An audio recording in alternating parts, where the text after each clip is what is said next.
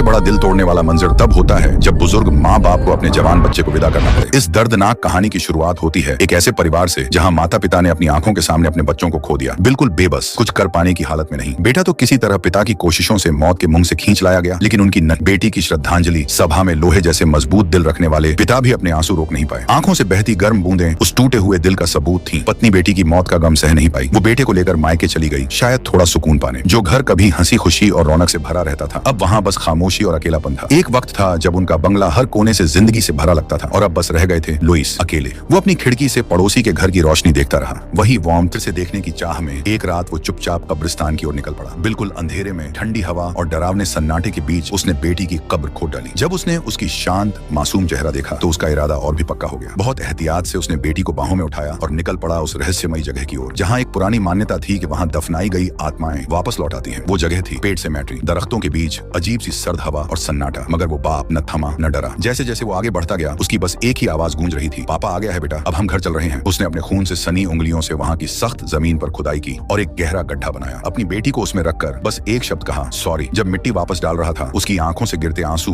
बेटी के चेहरे पर पड़े। सब कुछ करने के बाद वो टूटे हुए कदमों से घर लौटा। घर आकर उसने बेटी के कपड़े निकाले, एक एक करके उसे बेड पर सजाया, मानो किसी भी पल वो दरवाजा खोलेगी और कहेगी, पापा। रात गहरी हो चुकी थी, बाहर अजीब सी आवाजें आने लगी। डरते डरते उसने देखा मुख्य दरवाजा थोड़ा खुला था और फर्श पर छोटे छोटे पैरों के निशान थे, बच्चों जैसे। दिल उछल पड़ा, डर भी था, उम्मीद भी। उन पैरों के निशान को फॉलो करते हुए वो धीरे धीरे बेसमेंट तक पहुंचा, जहां उसकी बेटी का फेवरेट टॉय हाउस रखा था। कांपते हाथों से उसने उसका छत उठाया। अंदर एक पुराना टूटा फूटा उल्लू जैसा टॉय रखा था। उसी पल उसके पीछे से एक जानी पहचानी, लेकिन अजीब सी आहट आई। उसकी बेटी वापस आ चुकी थी।